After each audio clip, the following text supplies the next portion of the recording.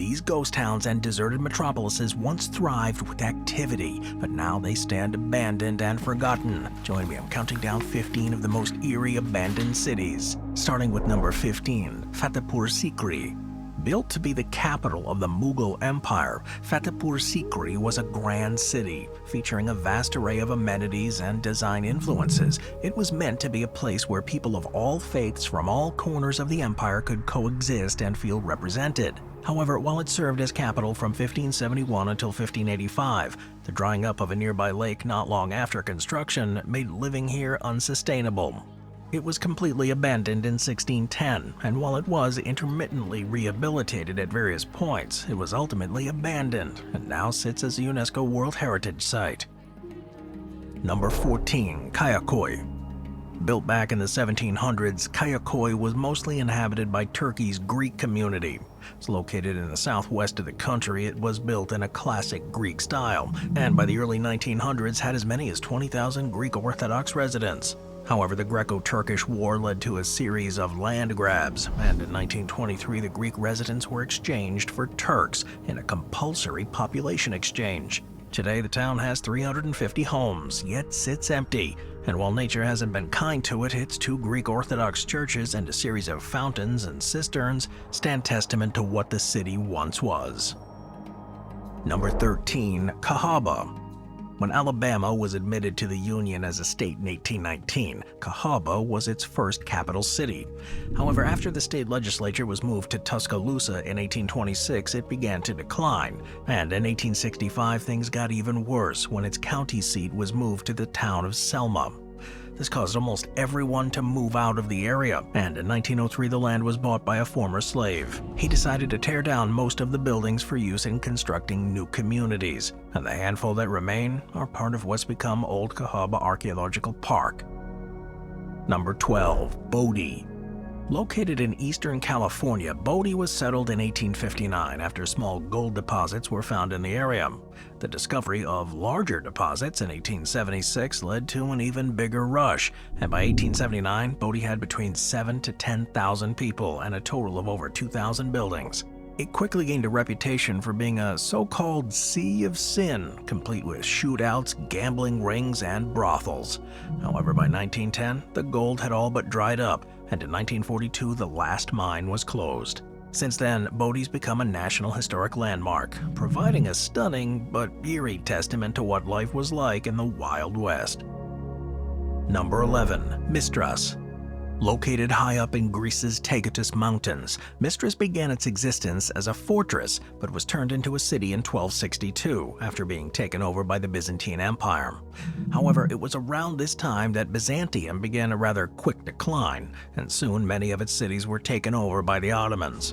Today, Mistress is often considered to be the last center of Byzantine learning and culture, and was even the place where the last Byzantine emperor was crowned. However, a takeover by the Ottomans in 1460 led to a decline in its importance, and after the Greek War of Independence, the town was promptly abandoned. Today, it's a UNESCO World Heritage Site and is undeniably of great historic importance. Number 10, Ross Island. Located within the Andaman Islands off the coast of India, Ross Island is tiny, yet despite its small size, it served as an important British and later Indian settlement for centuries. It was named after Sir Daniel Ross, who inhabited and surveyed the island for a year in 1788. And between 1789 and 1792, a hospital and a sanatorium were erected. However, in 1796, the British abandoned the islands of the archipelago due to high mortality rates and frequent outbreaks of disease. Yet this abandonment wouldn't last forever. In true British colonial fashion, the allure of owning far-off lands was just too strong, and in 1857 they finally had a good reason to repopulate them. You see, 1857 marked the beginning of the Indian Rebellion, and with thousands of imprisoned rebels to house, Ross Island seemed like an ideal location. After all, despite being within India's control, the island was very remote, ensuring that prisoners would not be able to escape. So on March 10th of 1858, 773 rebels arrived in the nearby city of Port Blair in order to be transferred over to Ross Island. The prisoners immediately got to work building their new home. Considered to be a penal colony, the workers built barracks, the chief commissioner's house, a cathedral, and other administrative buildings. Despite looking like a tropical paradise, life on the island was tough at first, as prisoners would often succumb to disease, overwork, and starvation. Yet over time, conditions improved, and soon it was nicknamed Paris of the East, thanks to its exciting social life and its beauty. Now, while the restrictions put on prisoners were loosened with time, in 1937 the jails on Ross Island were finally closed. However, the celebrations didn't last long. That's because just 4 years later, a magnitude 8.1 earthquake devastated the island. And in 1942, the Japanese took control. They remained there until 1945, and just 2 short years later, India would receive the islands as part of its independence agreement. While Japanese and British troops would continue to have a role in administering Ross Island for the next few decades, in the late 1970s it was officially handed over to the Indian Navy. Today, the island stands abandoned, and the city within it has more or less been reclaimed by nature. However, despite its decrepit state, the island is accessible to the public, and it offers both a museum and guided tours to the curious. Number 9. Plymouth. While Pompeii may be the most famous city to be buried by volcanic ash, Montserrat's capital of Plymouth is its modern-day equivalent. Located in the southeastern Caribbean, Montserrat is an overseas territory of the United Kingdom, and it's been nicknamed the Emerald Isle of the Caribbean, due to both its resemblance to coastal Ireland and as a nod to the Irish ancestry of many of its inhabitants. First settled by Europeans in 1632, Plymouth acted as the capital of the island until July of 1995. Yet that all changed when, after centuries of inactivity, the Soufriere Hills volcano began to blow. The resulting devastation would rock the island to its core. In a series of large eruptions, pyroclastic flows of lava and ash spewed across the southern portion of the island, and by December of that year the entire town was completely evacuated by the British Navy. While residents were allowed to return at various periods, on April 3rd of 1996, Plymouth was evacuated for the third and final time. At this point, the island was divided into risk zones, and on June 16th of 1997, it officially became illegal to enter the capital. This proved to be the right call. Just 9 days later, the volcano produced pyroclastic surges that killed 19 people, and between August 4th and August 8th, a massive eruption happened. In just a few short days, 80% of Plymouth was destroyed and buried in 1.4 meters of ash. Since Plymouth had been a source of most economic activity on the island, this was devastating in both a human and economic sense, and the island was mostly abandoned soon after. In fact, nearly 3/4 of the island's population opted to leave the Caribbean entirely and migrate to England. Now, it should be noted that the island of Montserrat itself has had a bit of a recovery. After all, there's now a small sand and gravel extraction industry, and today the island's population is actually higher than it was before the eruption. To date, this population lives entirely outside the old city of Plymouth. Still deemed to be an exclusion zone, though, it's illegal to live here for rather obvious health and safety reasons. Nevertheless, if you'd like to visit, it is possible to take an organized tour from Antigua to the city for about $150. However, since the volcano is still active, you'd definitely be entering at your own risk. Number 8. ColemanScop. Mining towns don't tend to last forever, and ColemanScop was no exception. Located in Namibia's Namib Desert, the story goes that in 1908, a railway worker named Zacharias Lewala was shoveling railroad tracks clear of sand when he saw some shining stones. Given that the area was part of the German colony of Southwest Africa, he in turn showed the stones to his German supervisor, who informed him that he had just found a great deal of diamonds. Almost immediately, Germans began to flock to the area, and many of the first diamond miners became extremely rich. They in turn began to open up facilities for newcomers in what became the town of ColemanScop. Built in typical German architectural style, they constructed a hospital, ballroom, power station, school, theater, sports hall, casino, a furniture factory, and of all things, the first X-ray station in the southern hemisphere and the first tram in Africa. At its peak, ColemanScop was home to about 300 German adults, 40 children, and 800 Owambo contract workers. Now, in terms of economic output, its wealth was incredible, as in its best year it produced 11.7% of the world's diamond supply. In fact, ColemanScop was so chock full of the shiny stuff that many prospectors had to do little more than pick them up off the ground, as mining for them was completely unnecessary. Yet these lucrative times did not last forever. During World War I, the diamond fields slowly began to deplete, and by the early 1920s, the area was in a severe decline. In 1928, things got even worse for the town after the discovery of the richest diamond-bearing deposits ever known, just 270 kilometers south of ColemanScop. Naturally, most of the town's inhabitants began to leave in droves, and by 1956, ColemanScop was completely abandoned. In the years since, the natural forces of the desert have more or less reclaimed the area, covering ColemanScop in knee-deep sand. Unlike many other historic places, though, it hasn't been subjected to the widespread looting that you'd expect. After all, while the buildings are mostly empty, it's still possible to find a deserted pair of leather shoes, shattered light bulbs, or even the remains of what was and once an elegant piece of furniture. In any case, if you're interested in giving the abandoned town a look, it can be visited on select days of the week between 8 a.m. and 1 p.m., making it an interesting stop on a trip through Southwest Africa. Moving on to number 7, Pripyat. In April of 1986, Pripyat became what just might be the most famous abandoned city of all time when it was affected by none other than the Chernobyl disaster. Located in northern Ukraine, Pripyat was once a thriving city, and many of its workers made a living operating the nearby Chernobyl nuclear power plant. However, on one fateful day, reactor number 4 was having its power reduced in preparation for a test.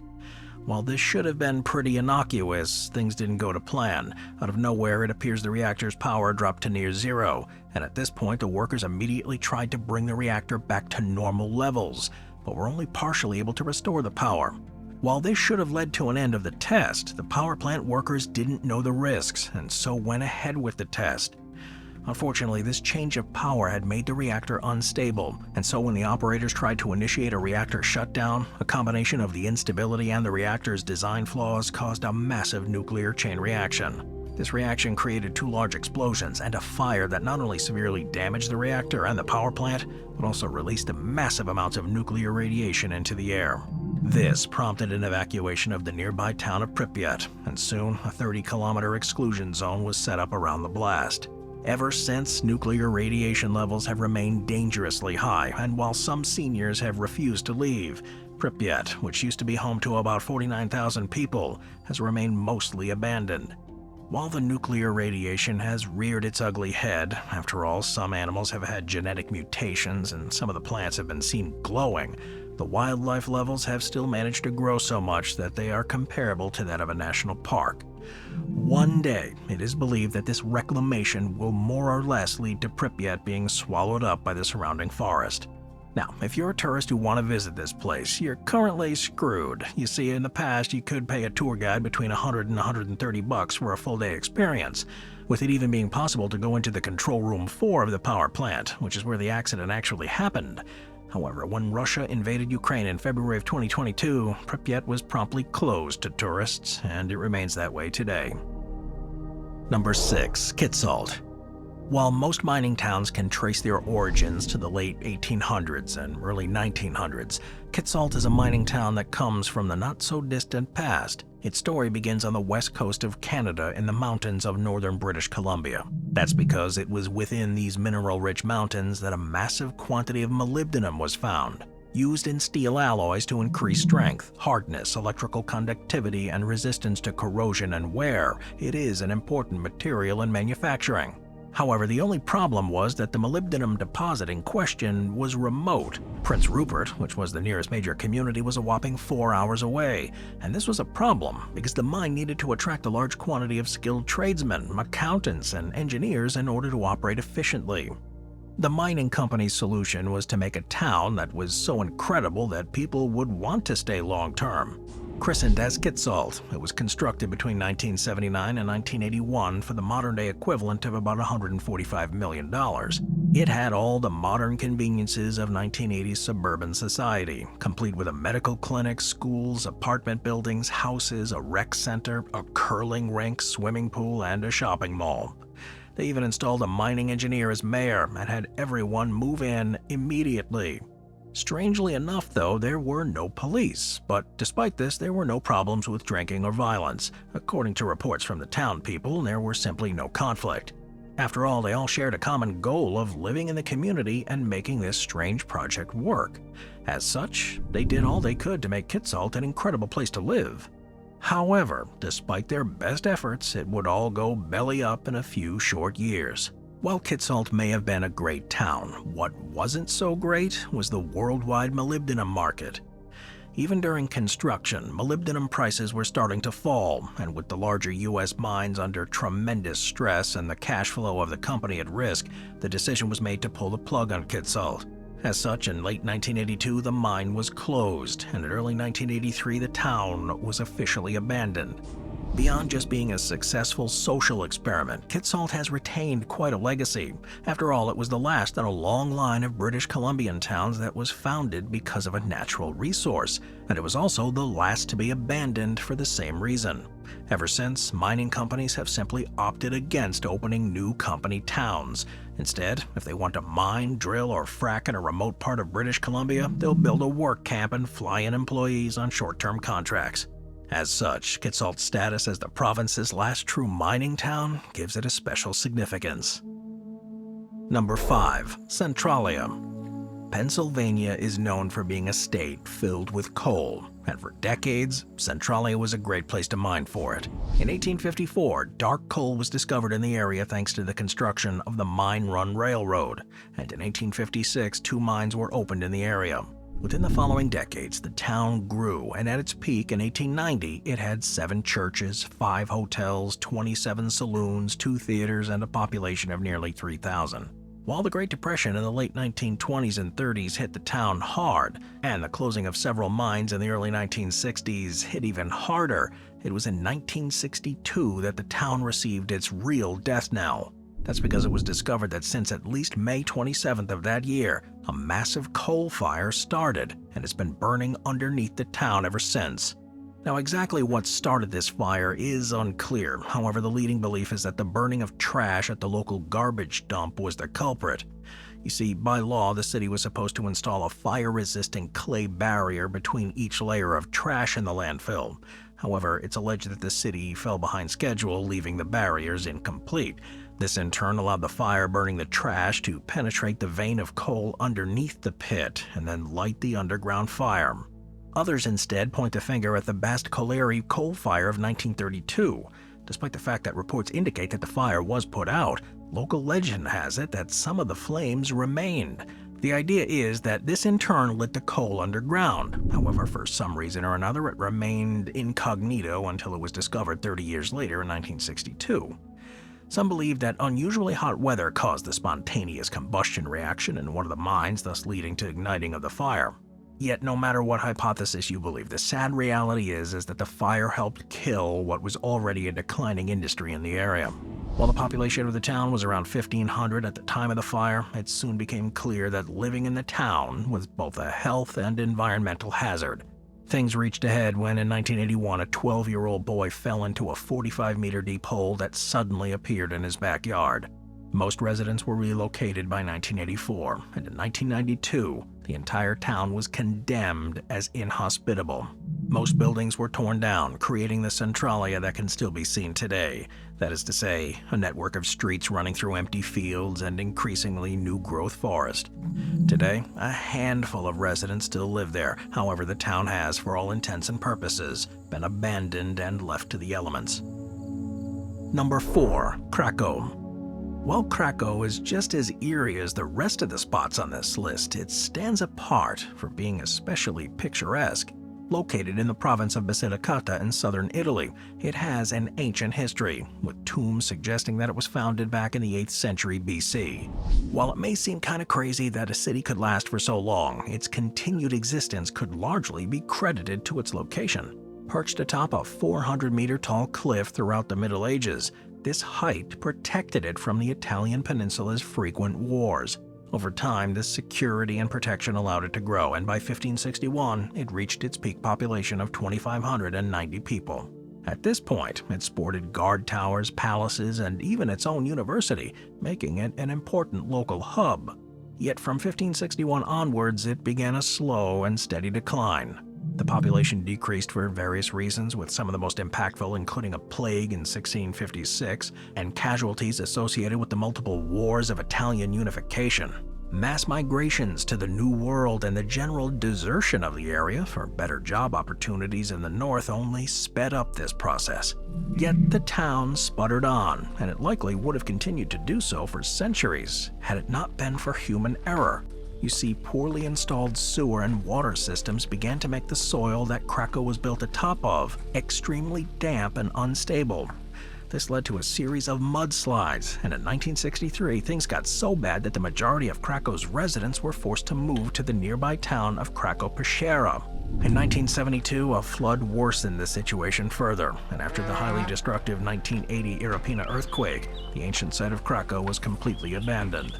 While this was the end of Krakow being an inhabited city, it soon became famous. Its centuries-old buildings give the whole thing an eerie yet strangely alluring vibe, and it was likely due to its barren antiquity that it was chosen as a filming site for famous films such as The Passion of the Christ. The town has also continued to have a religious significance. 6 times per year, the displaced locals and their descendants return to celebrate religious festivals dedicated to the Virgin Mary. It's also received its fair share of help from abroad. After all, in 2007, the descendants of the emigrants of Krakow in the United States formed the Krakow Society, which is a non-profit organization which aims to preserve the culture, traditions, and history of this city. If you'd like to go to Krakow as a foreigner, the only way to enter is by going on a guided tour. And while it is necessary to wear a hard hat in order to fend off some falling debris, most would agree that a visit here is a pretty cool experience. Number 3. Famagusta. Of all the abandoned cities on this list, few have a political history that's quite as crazy as that of Famagusta. Located in eastern Cyprus, the city was established during antiquity, although it became Cyprus's most important city during the Middle Ages. Administered by the maritime republics of Genoa and Venice for much of the medieval period, it was an important stop for ships on the way to the Levant and Silk Road. However, this all changed when the Ottomans conquered it from the Venetians in 1571. The ensuing political turmoil led to a massive decrease in population and, in turn, a decrease in the city's importance. However, this changed once more when Britain received Cyprus as a protectorate in exchange for their support of the Ottomans at the Congress of Berlin. Britain soon got to work turning it into a military base, and the Brits would hold on to it as a strategic Mediterranean asset. Almost immediately after independence, the Cypriot government got to work turning Famagusta into the well-known destination. Fit with luxury beachside resorts, casinos, and other high-end amenities, by the early 1970s, Famagusta, and in particular the neighborhood of Varosha, was teeming with wealthy tourists. It even became a popular site for A-list celebrities. After all, Varosha was said to be the favorite vacation destination for the likes of Elizabeth Taylor, Richard Burton, Raquel Welch, and Brigitte Bardot. Yet that all changed on July 20th of 1974. That's because on that day, at the height of the summer tourist season, Turkey announced its plans to invade. Almost immediately, all 39,000 inhabitants and thousands of visitors fled. In August, the Turks invaded in earnest, and after doing so, the area of Varosha was fenced off by the Turkish military. Since then, both Greek and Turkish Cypriots have been at odds about what to do with the area. While Turkey remained in de facto possession of the city, Greek opposition and calls for a return of Varosha back to Cyprus stopped Turkish development of the area for decades. This in turn led to it becoming a ghost town filled with 1970s cars sitting on the roads, designer clothes on the racks of boutique shops, and tables still set for breakfast. It's a neighborhood that stands as an eerie example of an earlier, more peaceful time. Well, that was until recently. That's because in 2017, the breakaway Turkish Republic of Northern Cyprus began a slow reopening, and in late 2020, they began to allow tourists and townspeople alike to cross sections of the beachfront. Today, Varosha has been more or less reclaimed by the Turkish puppet state, and given a weak international response, this doesn't seem likely to change anytime soon. So, while Varosha was an abandoned quarter of Famagusta for decades, that abandonment has now more or less come to an end. Number 2. Hashima Island. Japan is one of the world's foremost manufacturing superpowers, and for a long time, Hashima Island helped spur the country's industry. In 1867, a coal mining colony was established on the island, and in response, workers and their families began to flock there. This profitability was soon increased by the mid-1930s as Japan's armed conflicts with Korea and China brought about thousands of prisoners of war who were promptly sent to work as slave laborers in the mines. This state of affairs continued until Japan's loss in World War II. However, while the forced labor may have returned home, the end of the war did not signal an end to the demand for coal. Thanks to the post-war boom, Hashima Island continued to grow, and at its height in the 1950s, it housed over 5,200 residents. Yet in 1974, Mitsubishi closed down their mine, leading to the island being abandoned almost immediately. As a result, the island is a place that is eerily stuck in the past. While empty, it still contains old concrete apartments, schools, barbershops, and swimming pools, making it kind of like a time capsule of Japan's post-war economic boom. Yet despite the abandonment, Hashima Island has managed to remain in the headlines. That's because in 2009, Japan nominated the island to be a UNESCO World Heritage Site due to its important role in the Meiji Industrial Revolution. As you might imagine, North and South Korea opposed this move, as they felt the island's legacy as a prisoner of war camp staffed by thousands of Korean prisoners made it unworthy of a UNESCO title. To both their benefit, South Korea and Japan did eventually reach a compromise in what most have viewed as a fair settlement. Japan agreed to acknowledge the island's dark past to tourists in exchange for South Korea withdrawing its opposition. This in turn was enough for UNESCO, and in 2015, Hashima Island was officially deemed to be a World Heritage Site. It is worth noting, however, that this decision ended up being a massive mistake. You see, contrary to their promises, Japan instead created a museum denying that forced labor ever happened on Hashima. So when the museum opened in 2020, the South Korean Ministry of Foreign Affairs quickly launched a complaint. The ensuing UNESCO investigation found that Japan had failed to meet its end of the original agreement and called on Japan to submit a report with their future plans to revise the exhibit. As of the time of this writing, Japan has refused to comply with the request and instead opted to submit a 570-page document defending the island's history. Ridiculously enough, Japan has even submitted a UNESCO bid for Sato Island, which is another place where forced Korean laborers were sent to work in the area's gold mines. As you might imagine, this angered South Korea again and the international community. Yet to date, there are still few signs that Japan will reverse course, and as a result, the ties between Seoul and Tokyo have only continued to fracture. But if you'd still like to visit Hashima Island despite its decision to glorify a revised version of history, you can enter the equivalent of about $35 for a standard ticket, making it an interesting, albeit unfortunate spot to visit if you're interested in seeing a whitewashed historic site that's off the beaten path. Number 1. Fordlandia. Modern media tends to hail Henry Ford as a hero. As one of the most successful capitalists of all time, he not only created the wildly successful Ford Motor Company, but also implemented innovations such as the assembly line, the 5-day, 40-hour work week, and one of the first mass-produced cars. Yet what many tend to forget was Ford's darker side, a raging anti-Semite. Ford's publications such as the quote-unquote "The International Jew, the World's Foremost Problem" became common literature across his company, and as such he was the only American mentioned favorably in Hitler's Mein Kampf. Ford's ignorant attitudes also extended to his views on less developed countries. Like any business owner, he wanted to cut costs, and one hitch that seemed insurmountable was the monopoly British firms had over rubber production in Southeast Asia. Since Ford needed rubber for the tires on his cars, this monopoly in turn drove up costs, and so in an attempt to subvert it, he decided to build his own rubber-producing city in the heart of the Amazon.